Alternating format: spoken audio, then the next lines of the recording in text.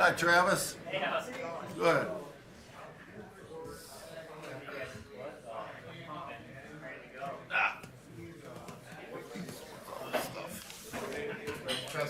This isn't our thing. Yeah, I don't. It must have been for them, huh? You think? Hi, Murph. Hey, Georgie Porgy. Hey, George. Brownie's still on the counter.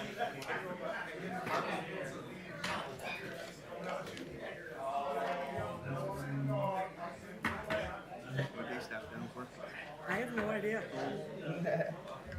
Just thought they'd stop I down. want to ask, on the agenda for this spot, is it going to be executive session? For what? We're asking if it's going to, the decision's going to be made in executive session. That's for something else. No, There is one no, for- no, no. it's not for- We cannot do this in executive session. We cannot Okay. do No, any of it's gotta that. be public. All right. But we do have executive session. I'm going to stay, but if you guys are going to. Yeah, no. That's at the end. This will be done before then. The official We copy. cannot discuss this in executive session. It's officially official. Finally. The controversy that became controversial. Don't forget your IML book. Another one? Yeah, I got so many of them. So do I. Yeah, I know. Interesting reading. What, the are these latest- for us? Yeah. Okay. Usually we get them in our packet.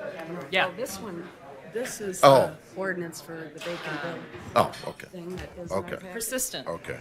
I would say.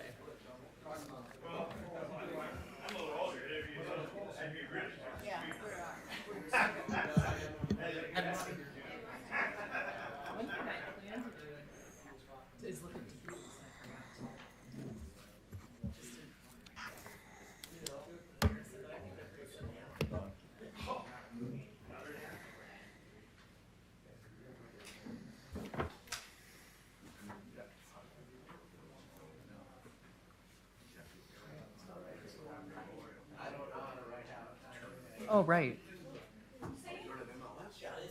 Yeah, on the exemptions, it's kind of a case by case too. Yeah.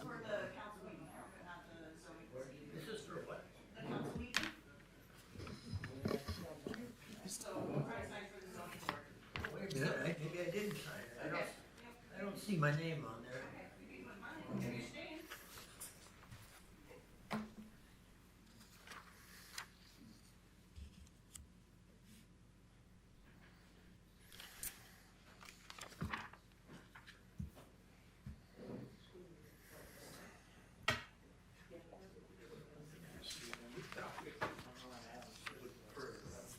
'Don't need that.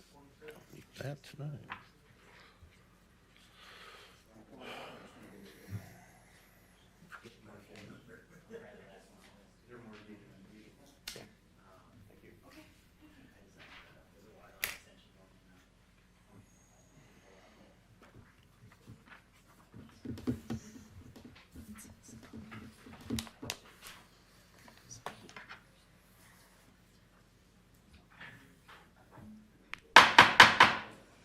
Good evening.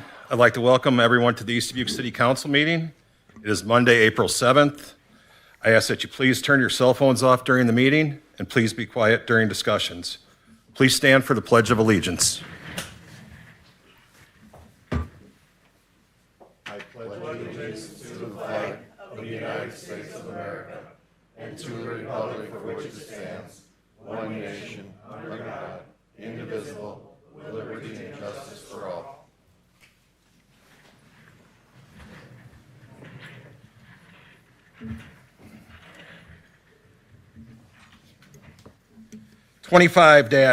25-0401, call to order. Belkin. Here. Bergmeyer. Here. Dagenhart. Here. Mayor Digman. Here. Fleur. Here. Meyer. Roby. Here. Attorney Hess. Here. 25-0402, staff reports. City manager report.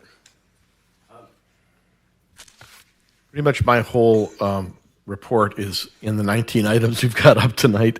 But I will say that one thing that just came up today is that we've been talking to the architects for the fire station plan, And we've determined that we might be able to save some resources and move the project along faster by doing the tuck pointing part of the project ahead of the general contracting bids that'll be coming out this summer. So we hope to, in the next week or two, have a plan for you to get estimates for tuck pointing.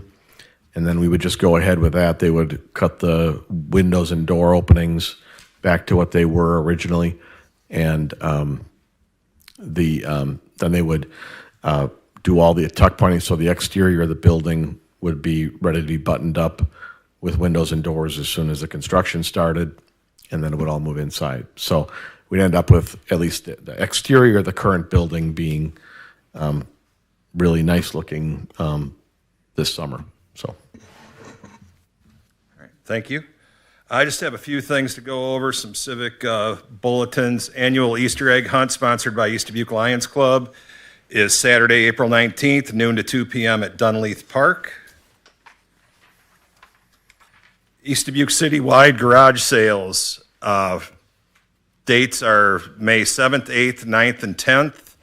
The fee to get your sale address on the map is $5. This will be used to cover advertising expenses.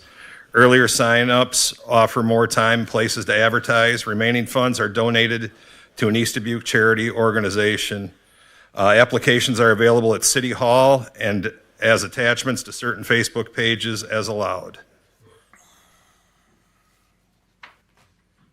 And then Community Cleanup Day, Saturday, May 10th.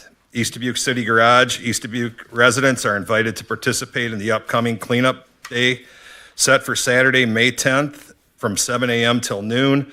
A dumpster will be available at East Dubuque City Garage location on Boat Ramp Road.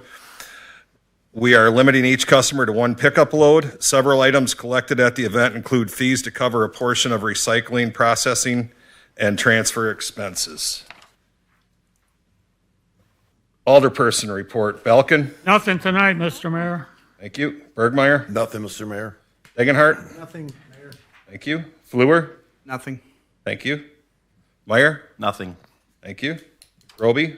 Nothing, Mayor. Thank you. City Attorney Hess? Nothing to report, Mayor. Thank you. Police Chief Kavasik? Thank you. Fire Chief Heim? The only thing I got is we were awarded a $26,000 grant from the Fire Marshal's Office for small equipment. Nice job. All right, thank you. and Chief, can you just tell us how we got the grant? We got the grant because we are up to date on our state reports. We actually ended up taking somebody else's grant because they were not up to date on their state reports. I thought it was important you all heard that how we get things by these guys doing their job so well. Yep, nice work. 25-0403, speakers from the floor. We do have four speakers signed up. I just want to remind you that you are limited to 3 minutes. First speaker listed, Ashley Heilman.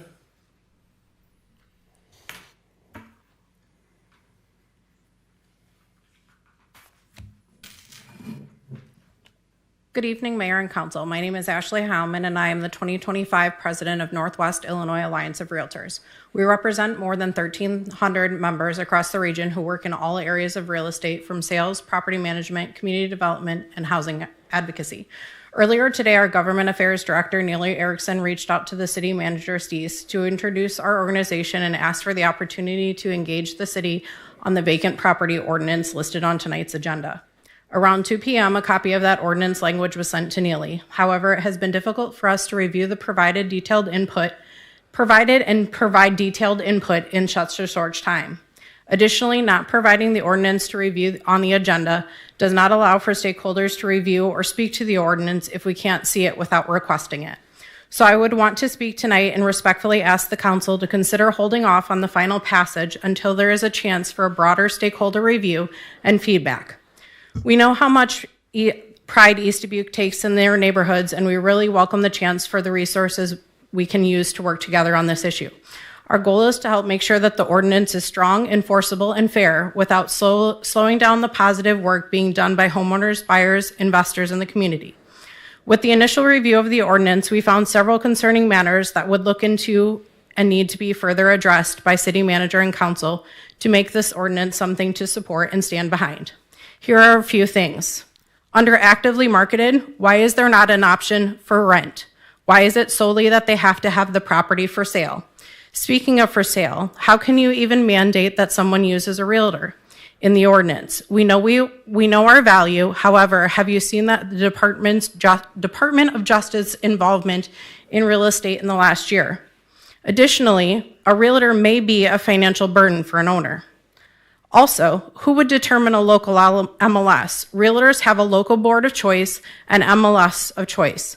I belong to Northwest Illinois Alliance of Realtors, MLS, which covers East Dubuque, as well as MRED, which is out of Chicago, which also has Dubuque properties. Currently, there is no active commercial properties listed in either of those. And the commercial property that was last listed for sale and sold in the local MLS with this Northwest Illinois Alliance of Realtors was from 2016. However, there are many properties that have been listed and expired since then. However, commercial properties are advertised in a different manner than residential properties and are put into multiple commercial exchanges. When looking at those commercial exchanges, today I found 2 properties for lease and 1 property for sale. Of those, the brokerages were from Davenport, Dubuque, and 1 from East Dubuque. As for the next concern of the 150% of the assessed value in after viewing a property that recently sold at 122 Sinsinawa, I recommend the removal of this statement. Even on that property, it was sold for over the 150 assessed value that you currently have in this market. As for the section on entry and inspections and maintenance requirements, without having more than an afternoon to review and unable to read your building codes and reflect that the maintenance section of this is also already on your code books and not just being put on vacant buildings. Additionally, with the inspections, you are putting the possibility of undue burden on property owners that may not currently have noted issues on their property, but become subject to a laundry list of issues based on the requirement of allowing the city manager or designee into the property. This could even cause the owner to say it's not worth it and go to other means to unload the property for financial reasons, such as not paying taxes and allowing it to go to a tax sale, or forcing the city to acquire or demolish the property. Thank you for your time tonight and allowing me to speak. We hope you'll consider hitting the pause and giving us the opportunity to be part of the conversation moving forward. Thank you. Thank you. Next speaker, Don Slats.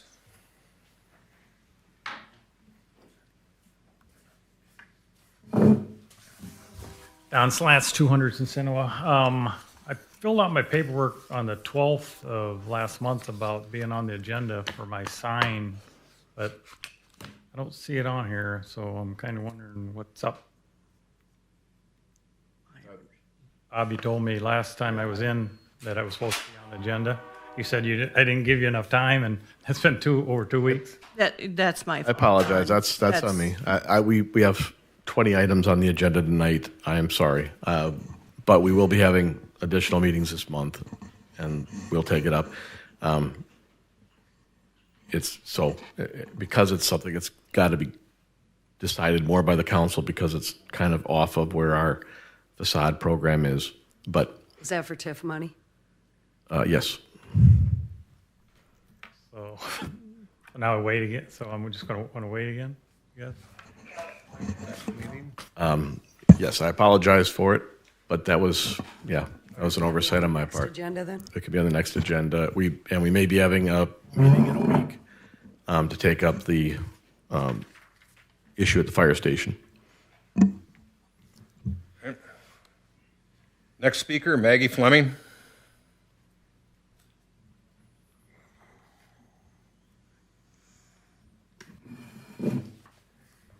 Maggie Fleming, 464 Wyota. Thank you, Mr. Mayor and City Council, for allowing me to speak tonight. I am here on behalf of the residents of the East Dubuque Flats. I was at the zoning board meeting where the board did recommend that the property on 5th Street and DeSoto not be rezoned to commercial. I just wanted to state here, if this does go to the City Council, that I hope that they would vote against it. It is, I feel, and a lot of people in the flats feel, do not want this property down there.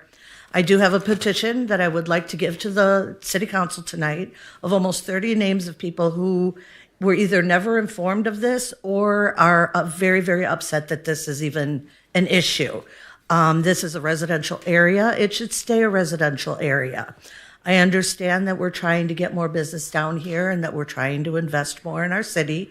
Let's invest in that property and make it residential and keep it that way.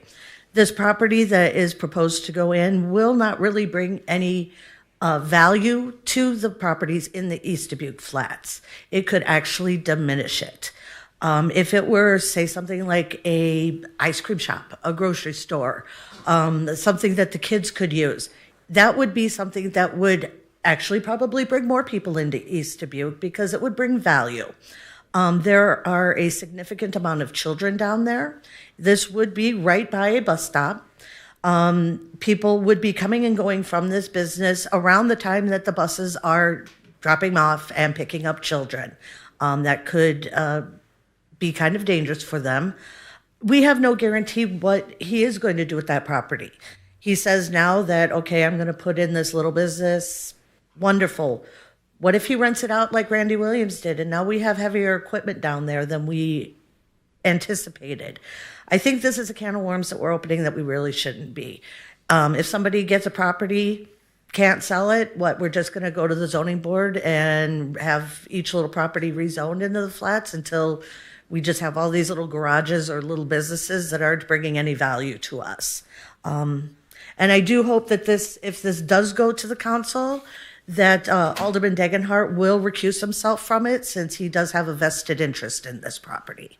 Thank you very much for letting me speak. Thank you. Next speaker, Dawn Stepfelog.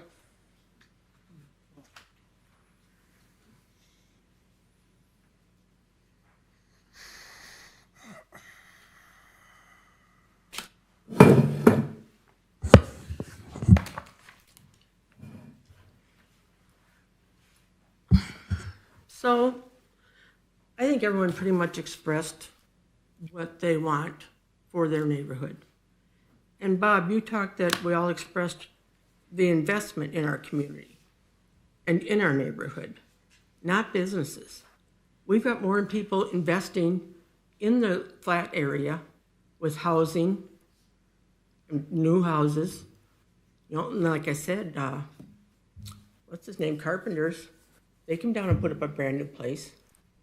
And Jack, I would feel sorry for him spending $400,000 to build a property. And then we just say, well, yeah, but you're going to have businesses just up the street from you. And I don't know that Dean's total plan is to just have him in the building. I've heard and I understand that he is looking to put multiple units in the building. And there we go already. So there goes parking, whatever the business is going to be. Is it going to be one that up and leaves? I think there's a lot of things that you really need to consider that we're all thinking of because it's our neighborhood. And there's just no, that's just.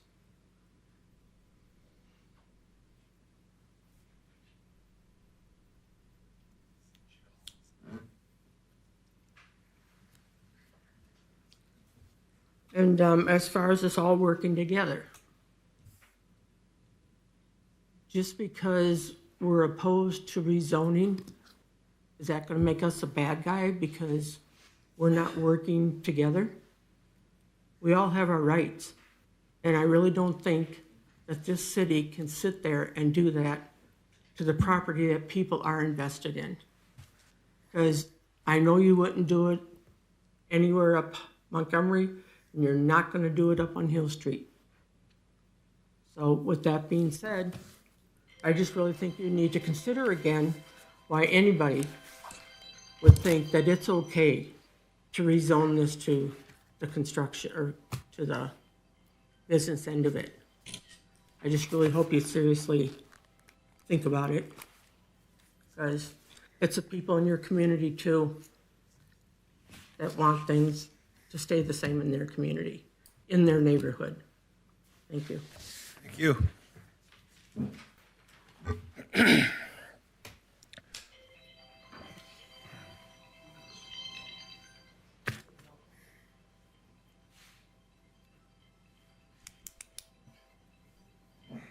Turn it off.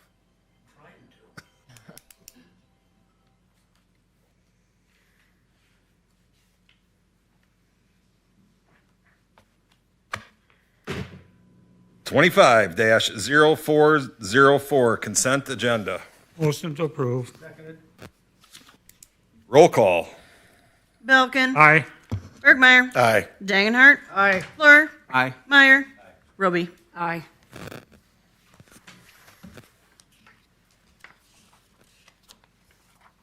New business, 25-03405, discussion and possible action to approve an ordinance authorizing the City of East Dubuque, Joe Davies County, Illinois, to borrow funds from the Public Water Supply Loan Program in the City of East Dubuque. Thank you, Mayor. So this is the project on Montgomery and Hiawatha, the water portion of it. We'll have the sewer portion coming up.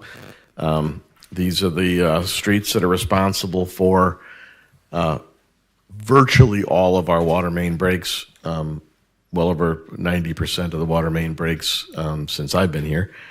And so trying to take care of those with low interest loan from the program. Travis is here if you've got any questions on the project itself.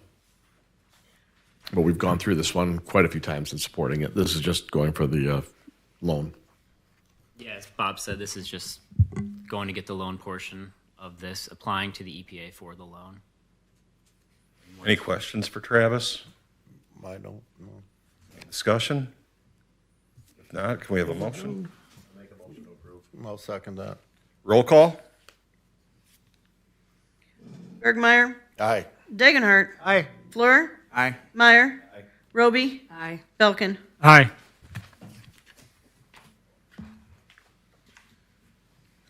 25-0406, discussion and possible action to approve an ordinance authorizing the City of East Dubuque, Joe Davies County, Illinois, to borrow funds from the Water Pollution Control Loan Program. As promised, here's the other half of it. So this includes the lift stations for Hiawatha and Family Beer. That's in the neighborhood of $1.5 million for those. And the Indian Hills project, which, if everybody recalls, started out as about $3.8 million, 1.7 million of it being loan and 2.2 million being grant. We pared it back so we wouldn't be borrowing money for the Indian Hills Sewer project, and instead just using the grant for 2.2 million. We are pursuing, though, the loan for the purpose of anything over that, but we've got the bids in, and the bids actually came in well under the estimates of the engineers.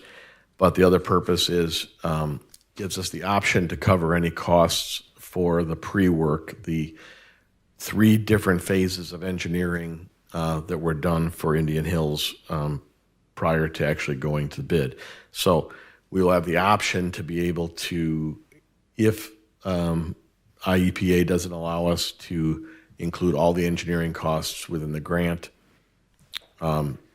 we would have the option to use the loan funds to cover that. So that's the purpose of it. If anybody needs to see it, we've got the map up on the PowerPoint. And I guess Travis is here on the lift station parts of the project, but there, if everybody recalls, we lowered the cost of the lift stations significantly thanks to Travis's work. What was the savings on the lift stations, if you remember off the top? I mean, originally they were talking about a total replacement of 3. The entire structure. Yeah, the entire structure, so. And we revamped that, so we're going to reuse the existing concrete structures, which by all means appear to be in great condition. So we're going to reuse those, put new pumps in, new lift kits, and new electronics. But reusing the same structures saves a lot of money. So I don't remember the exact dollar amount. So this full project at, for all three portions, would have been $4.8 million. Now it'll be a little over 3, probably. It's nice work. So if we borrow the $2,700,000 and we don't use that, We won't borrow it unless we need it, unless there's a so we'll decision. only borrow up to what we need, even though we're approving this Right. amount? So I don't want to give the exact on the estimates and the bids, but the bid came in significantly for Indian Hills came in significantly. It's like several $100,000 below the estimates. So there's no reason for the cost of Indian Hills construction to utilize the full grant. It's just a matter of, because we redesigned it 3 times, will IEPA say, yeah, you can include all those costs, or will they say we're only going to take the costs for your final plan or something? So, and then we'll have a choice of being able to do that by with cash or with a loan. So basically, for those that may not be up to snuff on what happened, the Indian Hills project, we scaled it back, and the money that was going to be borrowed to do the full-scale project has been decided by the council to address our water main issues. Rather than taking a loan out to grow the sewer, we decided to take the money and use it for taking care of our needs within the city limits. So we were just using the grant portion on Indian Hills. Correct. Any questions for Travis? Any further discussion? That was a $2.5 million grant for that project out there, right? 2.2. Yeah. 2.2, okay, yeah. So Make a motion to the total approve. cost of the project will be within the 2.2 million, Yeah, and less than the 2.2 that's less than million. that, It's just whether or not the approved costs are all. yeah. I'll make a motion to approve. Hold on, we're not done with discussion yet. Why, when we're approving this, why are we putting together all these different projects and not just taking loans out for one project at a time, as we know what that project is going to cost, rather than lump summing and say, well, we may need 2.7 million, $2,700,000. Why are we not just taking loans out for the sanitary sewer extension or the Hiawatha lift station or the Family Beer lift station? Why do we lump everything together for one big thing if we don't need that much money? Well, because these are all coming to us at the same time from the same loan source, and so they're put together. So from an administrative perspective, it's less expensive to administer through the one resolution than through 3, but less paper. I got a motion on the table. But we've got the amounts all, the estimates for Indian Hills. The reason I don't give the numbers out of the bids is because those are not public yet. But the estimate was just under $2 million for the Indian Hills, plus the engineering fees for the 3 phases, which was over $200,000, and then the lift station project. The estimate for Hiawatha is $1 million, $984,000. Family Beer is $407,000. And so you're adding up those, and all of the Indian Hill, all of the Hiawatha and Family Beer are on the loan, and then the only use of the loan for Indian Hills is backstop. Any further discussion? I'll second. Discussion's closed. We have a motion on the floor. Second. Roll call. Dagenhart. Aye. Fleur. Aye. Meyer. Aye. Roby. Aye. Belkin. Aye. Bergmeyer. Aye. 25-0407, discussion and possible action to approve Hiawatha and Montgomery loan application contract with CFPS Incorporated. So self-explanatory, CFPS to administer the project as they have on other projects for the city to make sure we don't fall into problems.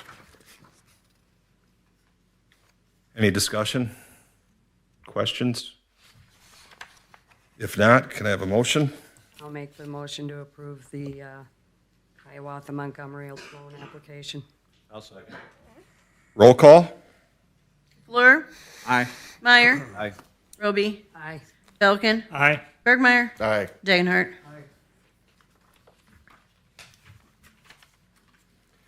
25-0408, discussion and possible action to approve CFPS Indian Hills loan application invoice number 2 final. So again, self-explanatory is within the contract that we approved for CFPS, and it's final $2,000 of a $12,000 project. I motion to approve. Second. Roll call? Meyer, Aye. Roby, Aye. Belkin, Aye. Bergmeyer, Aye. Dagenhart. Fleur. Aye. 25-0409, discussion and possible action to approve CFPS lift station loan application invoice number 1. And this is the CFPS for the lift station project. It is due the $4,000, which is the entire amount of the project that was approved. Any questions or discussion? I motion to approve. Second. Roll call? Roby, Aye. Belkin, Aye. Bergmeyer, Aye. Dagenhart. Fleur, Aye. Meyer. Aye. 25-0410, discussion and possible action to approve Illinois Route 35 water main extension and authorization to proceed with the bidding process in the city of East Dubuque. So the bidding dates are on the second page here. This is the project's designed and ready to go.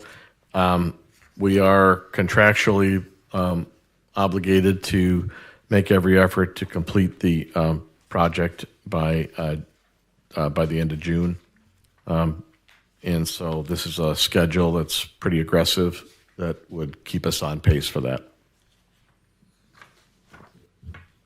Any questions for Travis? That's a 55-45 split with them out there on that, so, 44, yeah. yeah. So I'll make a motion to approve. I'll second. Roll call? Belkin, Aye. Bergmeyer, Aye. Dagenhart. Fleur, Aye. Meyer, Aye. Roby. Aye. I get your signature before we move on. We need Sure. this, we need this tomorrow morning. Put it out to advertise.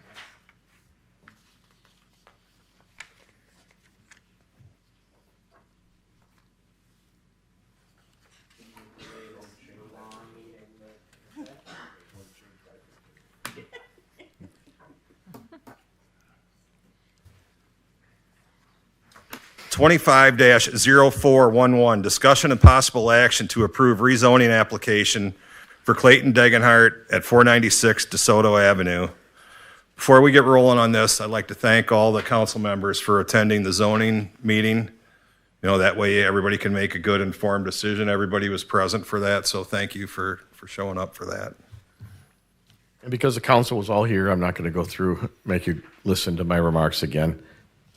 I would just do the portion of it where they say I am very happy to have two people on this project that, regardless of what anybody thinks of what the vote should be on this, these people are investing in East Dubuque. They're committed to East Dubuque, and I think that though that's the kind of thing that we need in the city, and we should be able to appreciate someone who wants to make an investment, whether or not we agree with a particular investment that they want to make. So that would be all I'd say.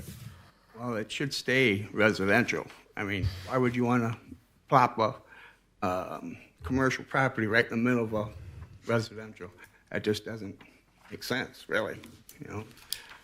Okay, well, that's a decision for the council is going to make, but, and I went through the code point by point during the zoning meeting and went through each of the points, which I think make it clear that the council can legitimately, by our code, go either direction. My recommendation is to support it. I think it's an investment that would be useful, but the decision is up to the council. But I do think that the people here who brought this forward should be appreciated for their investment, their willingness to invest in the city. He can re-gut it or do whatever he wants, you know, and build another house or whatever. You know, we're short houses, right? I mean, there we go. Why eliminate a house, you know, when we need houses here? It needs to be. Unfortunately, because we decide that what we'd like to see in a place doesn't mean that there's necessarily the willingness or to invest in something like that, or somebody is, you know, buying that. So we generally have leaned toward the people who are making the investment to know what they want to make it as an investment. And I did hear people saying, well, you know, why can't they go here, or why can't they go there, or why can't, you know, they do something different? Well, you know, people can do something different with their investments. These folks came forward with this proposal for this. You know, obviously you don't support it. That's fine. The problem is that a lot of times people get divided by these things, and they end up carrying that for a long time, and then two different people that are both want to see the best thing for their city end up at odds with each other. And I would hate to see that happen in this. I just want to say I do appreciate Clayton buying property and making the initial investment. I appreciate Dean coming forward and putting this in our laps. And as you guys all know, I've been working with Dean for 2.5 years trying to find commercial property for him to put it here. However, I also think this is a residential area. We need to listen to our constituents. If they don't want it there, we have seen what has happened to the commercial buildings down there. They are run down. There is junk around them. Some of them are not even viable anymore. And I know years ago, and I think John Digman and I know Randy Degenhart were both on zoning board at that time. And why this wasn't made into an ordinance, I don't know, but the council had agreed that there would be no more commercial buildings down in the flats, that they wanted to keep it as residential. And I personally, there's more housing than there is commercial down there. We are short housing. We have had the Economic Development Company here saying we are short housing. I don't think by changing a residential thing to commercial, I just don't agree with it, and I don't think it's right, and I think we need to listen to the constituents that live in the area and what they want to see in their area. Thank you. 50 years ago, we had the same problem when Dan and Dave Sheehan wanted to put Sheehan Auto Electric down there, and people screamed and hollered. 50 years later, I don't even think people notice that it's there anymore. Second of all, if we didn't rezone this 20 years from now, more than likely, who's going to, you know, it'd be nice if we had somebody come in and build a house, but is it still going to be a vacant lot 20 years from now? If we rezone it, we know we're going to have a building on there that's going to be on the tax rolls next year. Well, he just bought it for a house, right? It's a house on there. He bought it because it was a blight. His main object was to renovate the building, but it's not renovatable. These people down there are always complaining about this building is going to depreciate their value.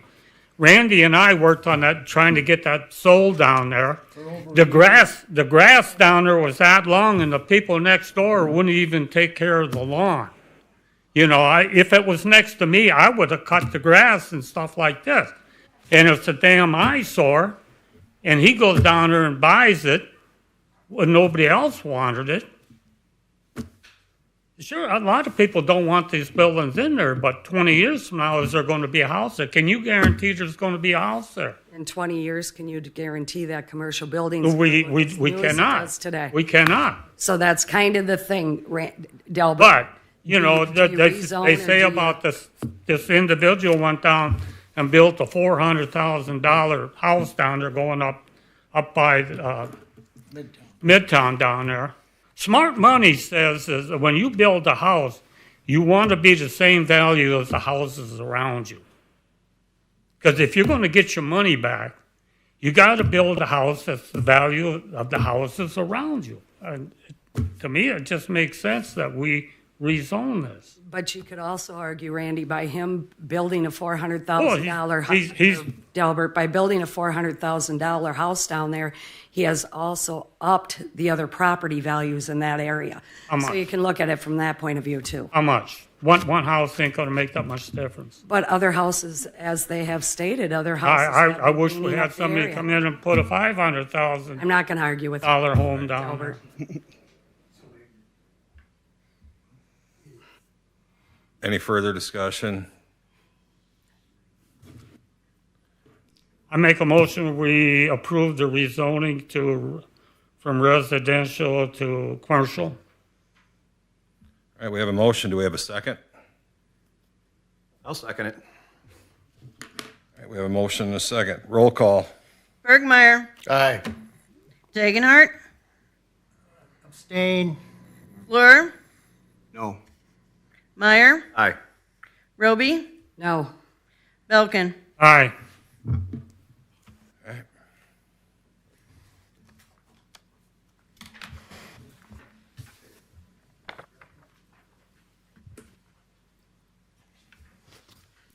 (25-0412), discussion and possible action to approve an amendment to ordinance Games of Chance raffles. Okay, this is one, all the proceeds from these go to charity. And because they go to charity, we are often approached to waive the fee.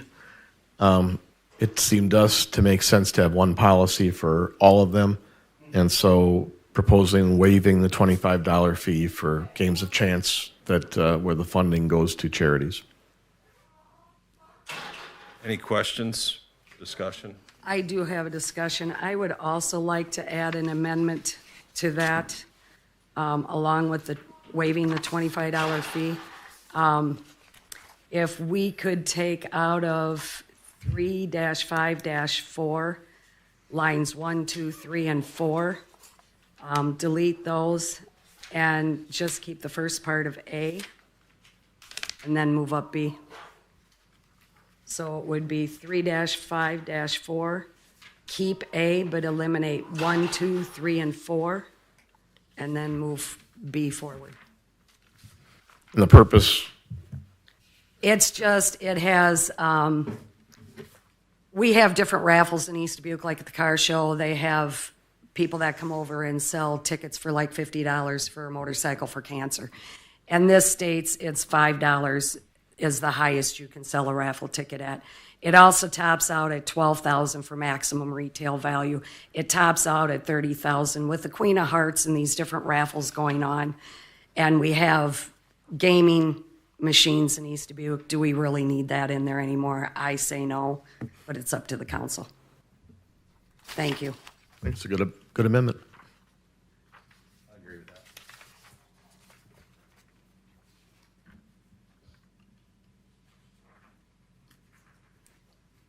We have to have it amended and then brought back to the council. Sue, do you have? No, we'll just put the amendments in. No, I don't. I So- got 3-5-4.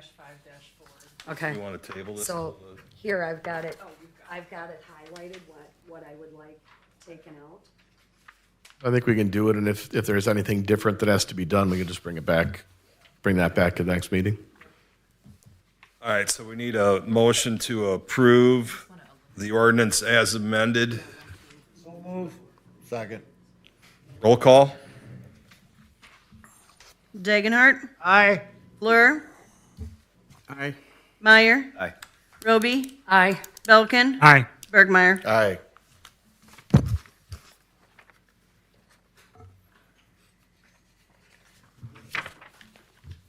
Twenty-five 0413, discussion and possible action to approve an application for Game of Chance with Our Place for the East Dubuque Fire Department. Self-explanatory. Other approval for one of these licenses. Kathy's doing a game of chance for the Queen of Hearts, and all proceeds will go to the fire department. So if we amend it, we don't have to worry about waiving her $25, which I think she's already paid anyway. So we just have to refund her. So moved, Mayor. Second. Roll call. Fleur. Aye. Meyer. Aye. Roby. Aye. Belkin. Aye. Bergmeyer. Aye. Dagenhart.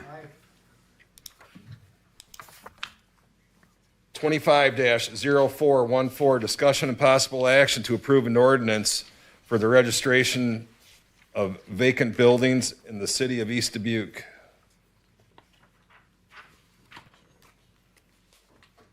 So this is an ordinance I think we've talked about an awful lot. You've heard from the Realtors Association tonight. They have some issues. So I think, your choices as they were before would be to approve it, not approve it, put it off, or we can always take up any changes to ordinances down the road. But I don't think there's any way to argue that this isn't a very significant improvement on the current code we have, which is unenforceable. And there's been, I think, a lot of comment here and in other places in the city and from people wanting to invest in the city that we need to get a handle on the buildings that are vacant and eyesore and public health or safety hazard. And so we've drafted this. We can, in my opinion, we can always look at things in the future and make improvements, but the goal of this is not to find the close call. It's to take the ones that are very obvious situations and address them. As say, the realtors brought a number of points. In my opinion, virtually all of them are addressed by the fact that we have an appeal process here.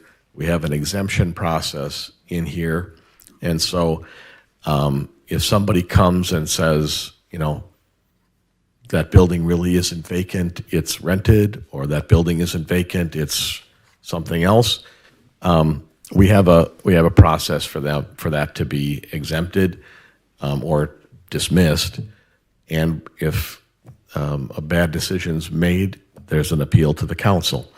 But I think we all know that we've got businesses or got buildings in this town that people are allowing to, frankly, go to hell, and with no clear intention to make any improvements on them. So the goal of this is it's a registration for these buildings. The owner would have to pay and register and have a plan for dealing with the situation. So I've got the main points up here. The purpose of it, it's been determined, I think, pretty clearly by all of us that it's in the best interest of the city to have registration for vacant buildings, to revitalize the city. This has the purpose: identify and register vacant commercial businesses and special use buildings, industrial buildings, also homes and things, which present a fire hazard, become an attractive nuisance.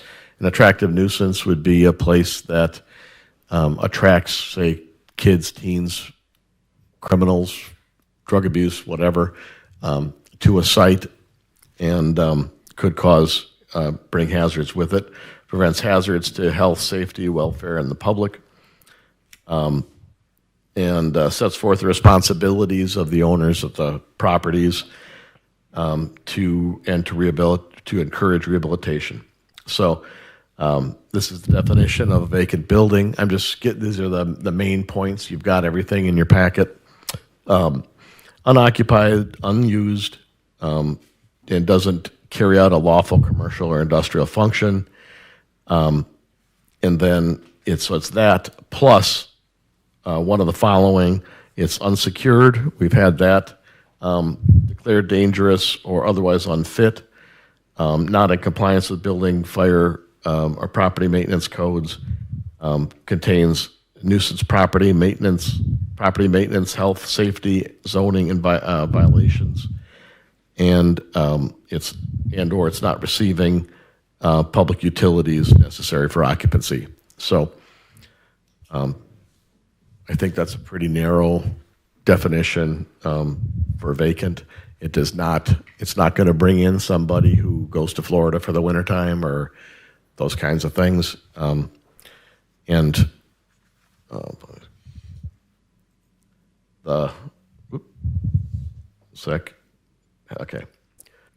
The applicability is to the principal owner.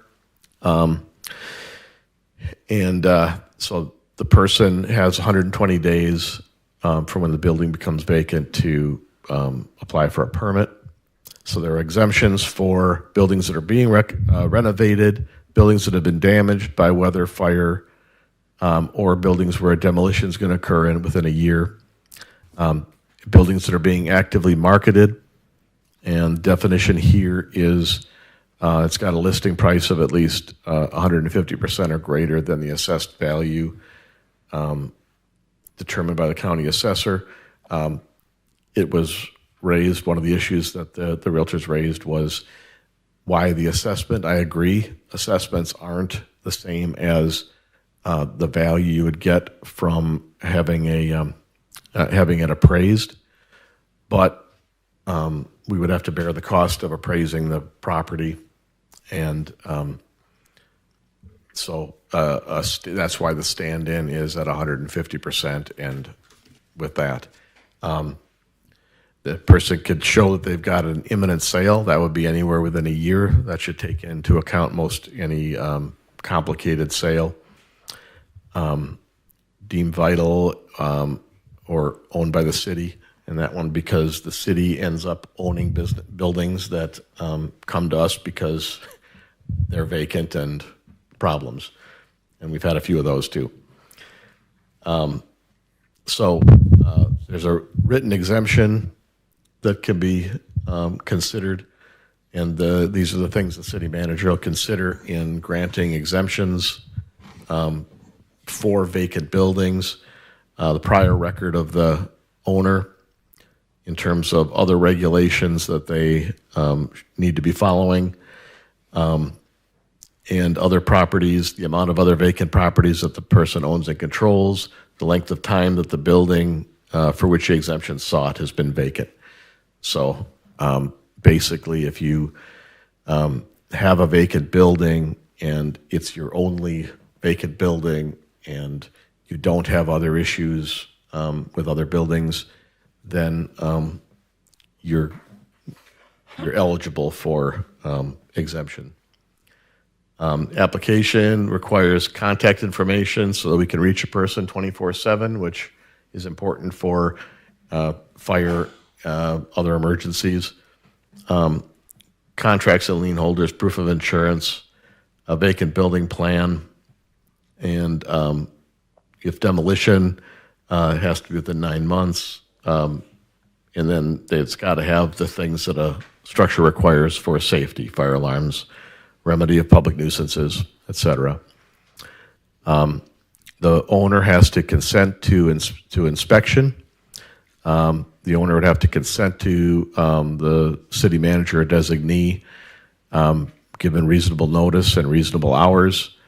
I think we've seen with some of the buildings we have here that it's important that if someone's going to be registered for a vacant building, that first off, we know that there's not business activity going on in a place that's not allowed to have it. And second, that there are not unsafe situations going on.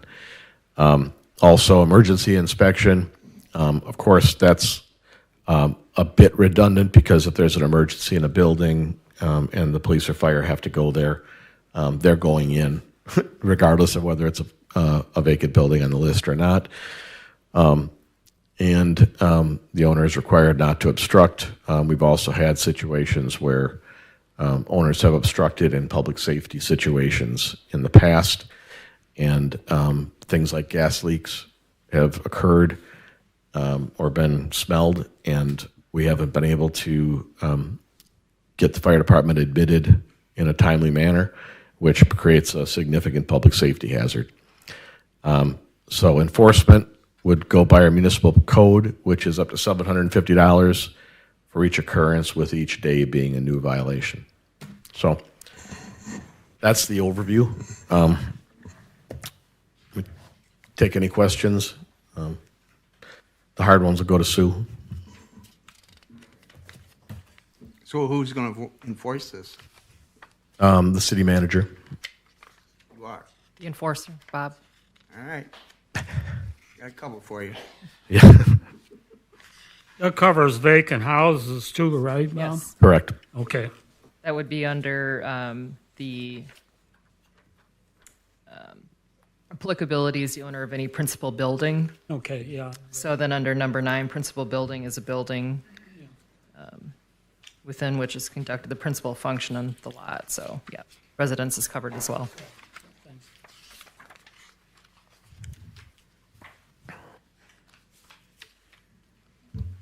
Any discussion or questions for Bob? Motion to approve. Second. Roll call? Meyer, Aye. Roby, Aye. Belkin, Aye.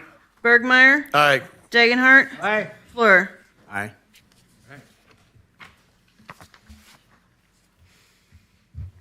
Just so you know, what you presented is not how that ordinance reads on 150%. Thank you. Guess I'm off another Christmas card list. What's that mean? Huh? What does she mean by that? That was what I said. I said it was the appraised value was versus the assessed value. We use the 150% of the assessed value as a stand-in Said for the that is value. not how that ordinance reads. What does she mean by that? I don't know. That's how it reads. I think she was interpreting it differently than how you presented it. So yeah, it's. I assumed from their notes that it's appraised versus assessed, and we took assessed because that doesn't cost us money to be able to enforce. And they argue that the proper would be assessed value. I'm sorry, appraised value. Appraised value would be proper. And I agree that if you could, it takes us. Appraise every property. Okay. Yep. The only thing we have to go on is the assessed value. Unless we're willing to pay to have it Paid it, appraised. yeah, which is what I raised, but apparently she doesn't. Okay. I just, the shock and awe, I thought I should ask. Yeah. She's got a long ride back to Lena.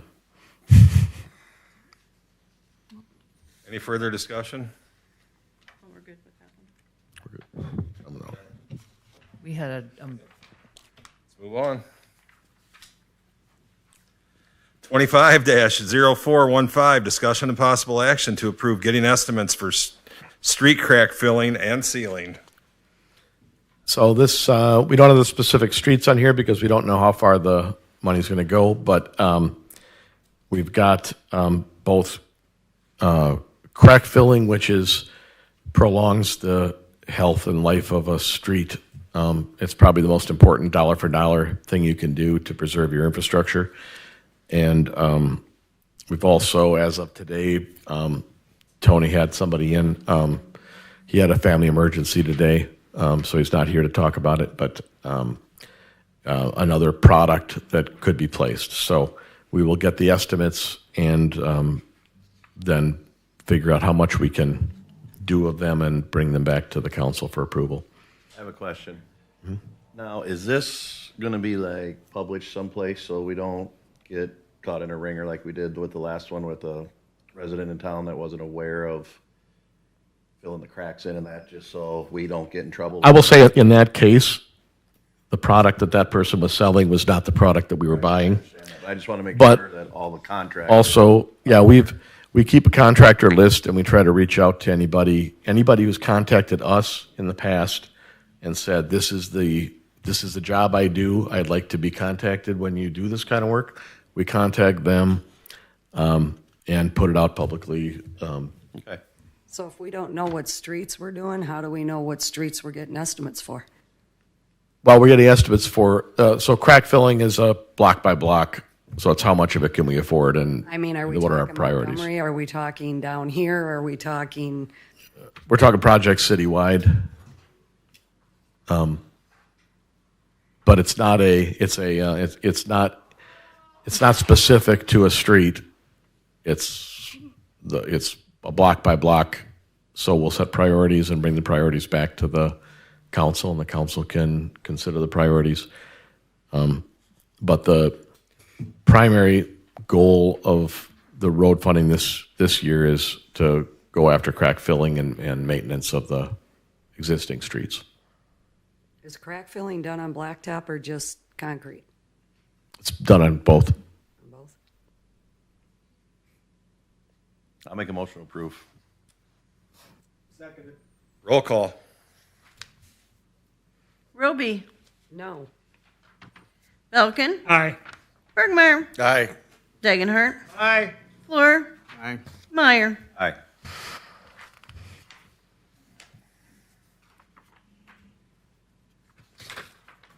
Twenty-five 0416, discussion and possible action to approve getting estimates for street paving. So this one, if you'd like to put it aside, we can, because I don't have Tony here tonight to talk about individual streets. And this is specific to individual streets. So if you want to lay this one over. I'd like to make a motion to table this. I'll second. Roll call. Belkin, Aye. Bergmeyer, Aye. Dagenhart, Fleur, Aye. Meyer, Aye. Roby. Aye.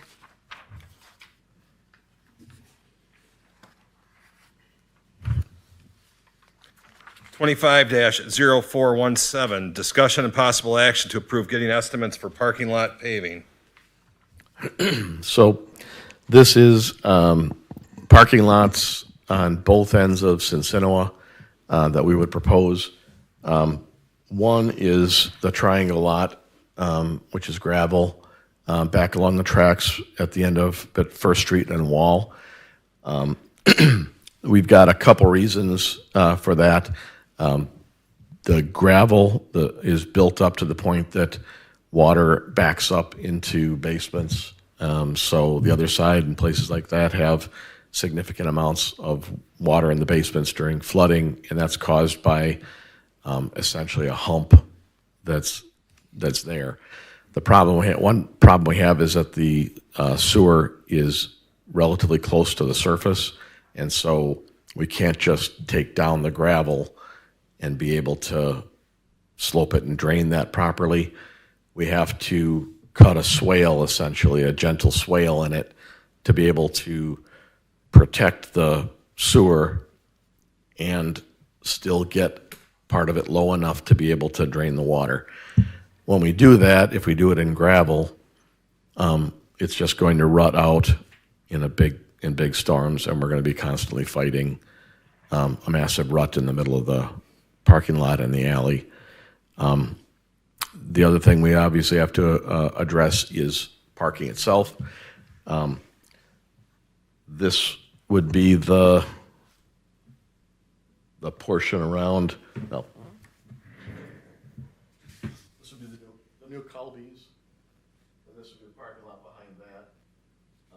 This area from First Street over, and then an additional 9 spots past that. So that should allow the both a significant amount of parking, but also allow the people who have businesses further down to have their vehicles there. So trucking company be able to have its trailer or whatever parked back there. And then the other one is, this is 3rd Street, just on the other side of the 3rd Street ditch, running to 4th Street. It's a property that's owned by, so the first property is rented from the railroad, and we are trying to have a conversation with the railroad about our rental agreement on that. This property is owned by DOT, and we rent it. We've had a conversation with the DOT. They are okay with us paving it. Obviously, if they would ever build a bridge, then they might need the property. Every indication we have is that there is not going to be a bridge going on that path, and so there are two options for this one. This is a 92 parking spot lot, and this is an 87 parking spot lot and maintains the building on the corner, the gazebo, in its current spot. So between the two of these, it would be in the neighborhood of 130, 140 additional parking spots for downtown, and within easy reach. People say, well, people park in this lot, but there's not very efficient parking because people just pull in and leave their vehicles. And if we have actual parking spots, we will get a significant amount more vehicles parked in there. But also, as somebody who comes to town, I would have no idea that I could drive over to the grassy spot over there and leave my vehicle. People park there on the Thursday nights who have been coming here for years, parking in that lot. And then other people follow them. But I don't think that you can count on that. If you're talking about bringing new people to your downtown, those new people are not going to think first about parking in a gravel lot. So I think this is a good option for addressing our parking issues. Hopefully it's not the last thing we'll have to do for parking, because we would like to see the downtown further revitalized, but I think this is a good step forward to pave these lots. So we're going to pave other people's property. Is that what you're saying? We're going to pave property that we rent. That we don't own? Correct. Yep. Okay. Well, I need a driveway paved down at my place. Come down. Well, so the difference, Tim, is that would be paving it for your use. Right. This would be not paving it for the DOT's use or the railroad's use, but for the city's use. In the same concept, right? It's, TIF funds can be used to do these projects, correct? Correct. We can use TIF funds or road funds. So then when the DOT wants that back or the railroad wants that back, I think you're misunderstanding the point. From the way I'm looking at this as an outsider looking in is we have these individuals that are investing money in businesses downtown here and building beautiful buildings. And whenever I go out to dinner or go to a tavern, all I get thrown in my face is people bitching about no place to park to go to these places. The reason I'm taking this, why we're doing this, is we're giving parking spots for the people that are bitching that there's no place to park for these businesses that are downtown. It has nothing to do, I'm sorry, it has nothing to do with paving your own parking lot at your house. This is to support the city. Why not? This is the support. No, the tax money that these businesses downtown here are giving to the city compared to the tax money that you're giving to the city? Not even comparing apples to apples. Are you saying that residents don't matter? Yeah, residents do matter. But what I'm saying is everybody bitches that there's no parking lot. Tax money. And this is parking for businesses that are investing money into this town. My opinion. All right. I'm in favor for it. I would like to make a short statement, if I could, please. Today I spoke with Michael Keene, who is a studies and planning engineer with the Illinois IDOT. He stated to me that he has to be contacted before we move forward with paving on the lot on Wall Street, because there has to be agreements and contracts drawn up before we can do anything on that lot. He has to approve the entrances and the exits to the lot, since the entrances that are there now have been decommissioned when they made the lot into green space. He also stated that if we move forward with this project, in the contract, the city would be required to remove the parking lot at city expense when construction of the bridge is started. He asked me to pass along his information, which I will do after council meeting. I also have found out that the state of Iowa has started planning meetings on the bridge this month. I also have a call into the Canadian National Railroad for more information on the paving and the lease of that property. I am still waiting for a return call. I'd like to request the lease agreement and any contract with the Illinois DOT and the railroad if we decide to move forward with this project. I would also like to remind the council that tonight we just approved over $4 million in loans for infrastructure.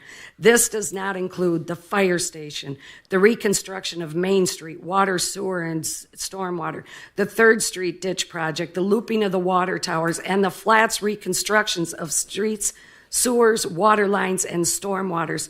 The citizens in the flats area need better streets. Water sits on those streets for days after a light rain. It also runs into basements in the areas that do not have drainage. If we want to increase property values in the flats, we need to continue the projects that we have already started and that some council members promised when they ran for council that they would continue these projects. All of these projects need to be done sooner than later, and it will cost a lot of money. In my opinion, infrastructure is where we should be focusing our attention and our monies.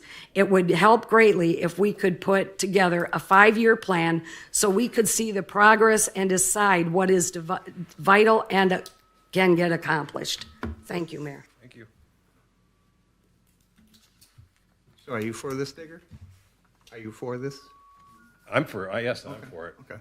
Just get you on record. Yeah, absolutely. And I would say that I did talk to DOT, but would you like me to, there's a chicken and the egg here.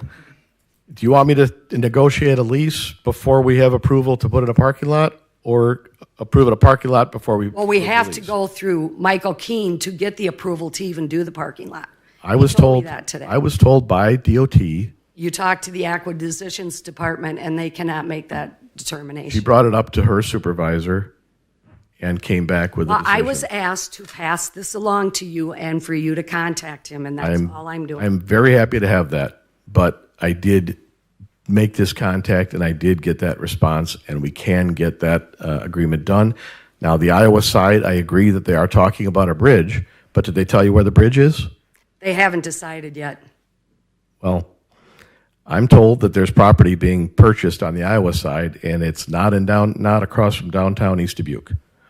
So you might ask a little more next time you call. I will You could be ask them talking for some after more April information 14th about after it, the next meeting. where they're planning on putting their bridge. I just wanted to pass along that I did talk, and this gentleman told me that we had to contact him before we make any plans. And this bridge here is not coming online anyway until after the I-80 bridge at the Quad Cities that's going to be redone. Probably before that, there will be one down in St. Louis area. It's going to need to be done too. So how many years are we looking down the road? Well, he also stated that we would be responsible no matter what, that we would be responsible if they want that property back, that we would be responsible with city monies to remove the parking lot. That's That can cost not news. That's what I was bringing up, and that's why. So I'm kind of at a loss for how I'm supposed to respond to. I don't have direction from the council, but I'm going to go negotiate something with DOT,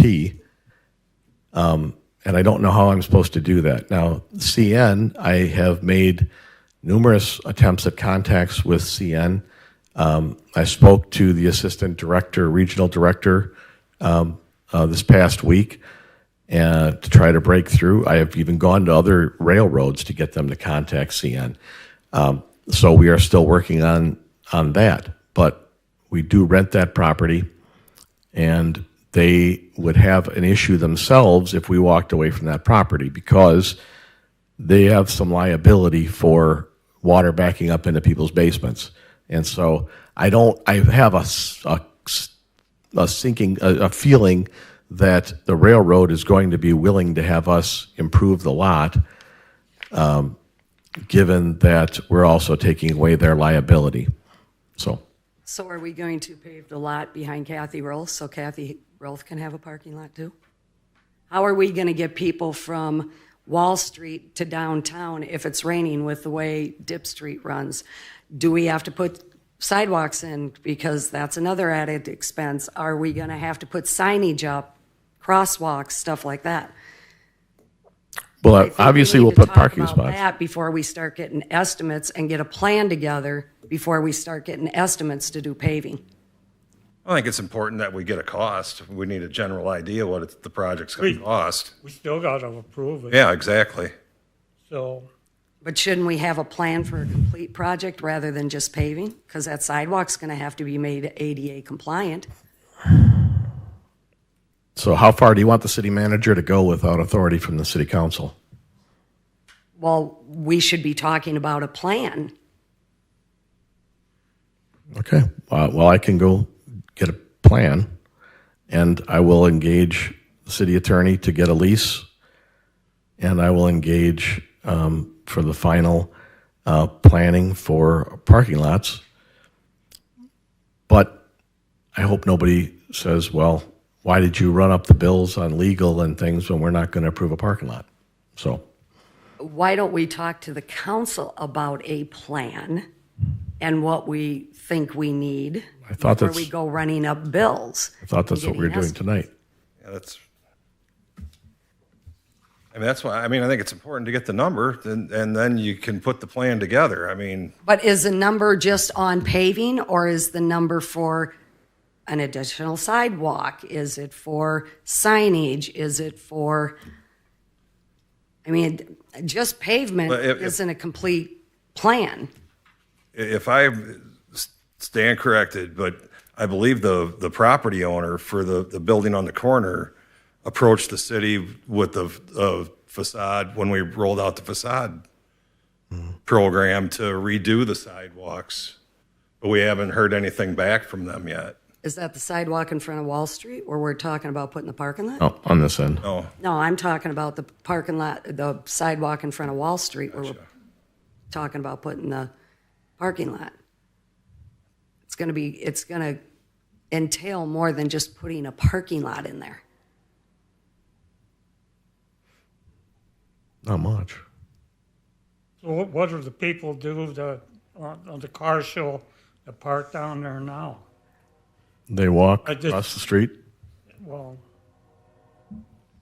I think the other thing is with that parking lot, it serves its purpose for a lot of the businesses on this first block. You come down here and parking on the first block is full most every night. which is a good thing. How Yeah, many it is. times, though, are they parking in the lot? That lot is used 26 times a year. Car show night, Wing Fest, 4th of July, and that's about it. Whenever Mike has the doings down there, there'll be overflow up there too. In his new building. Where are we gonna park these people? All right, so what we're talking about is just getting an estimate. We're not talking about approving dollars Right, spent. it's gonna come. It's not going to hurt anything to get the estimates and come back with a plan with the estimates. So That's all we're asking for this evening. Okay, let's go ahead and I'll make a motion that we go ahead and do this, but we still got to approve it. Absolutely. We can vote it down or whatever. In fact, with estimates, it takes a 2/3 vote to approve. You know, Got a motion and a second. Roll call. Bergmeyer, Aye. Dagenhart, Aye. Fleur, Nope. Meyer, Aye. Roby, Nay. and Belkin. aye.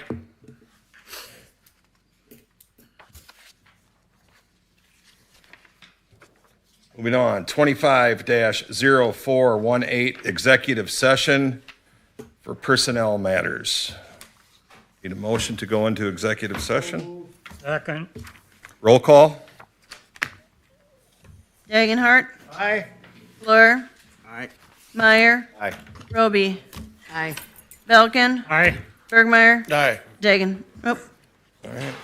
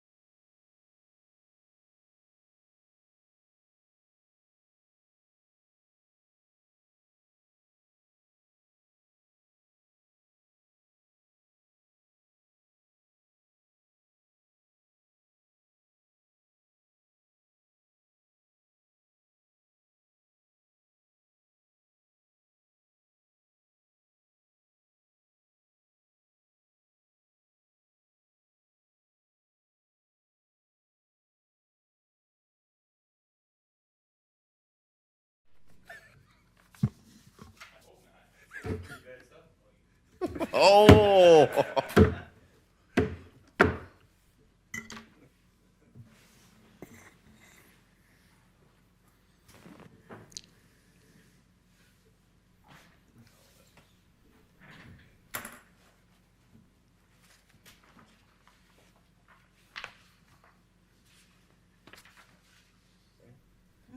25-0419, discussion and possible action on matters discussed in executive session. I need a motion to approve the amendments made to the contract of City Manager Sites, which include extending his contract through April 30th of 2027. So moved. We have a motion and a second. All in favor? Roll call. Meyer. Aye. Roby. Nay. Belkin. Aye. Bergmeyer. Aye. Dagenhart. Fleur. Aye. All right. Motion to adjourn? Yeah. So moved. 2-0 I gotta find my. to adjourn. German. Second is German. Did we have a motion to adjourn? Second. Roll call. Roby. Aye. Belkin. Aye. Bergmeyer. Dagenhart. Fleur. We're adjourned.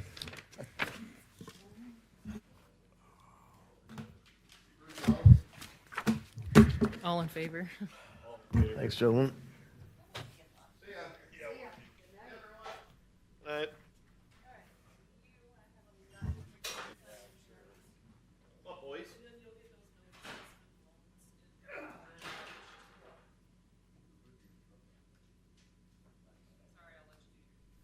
Hey, Chief.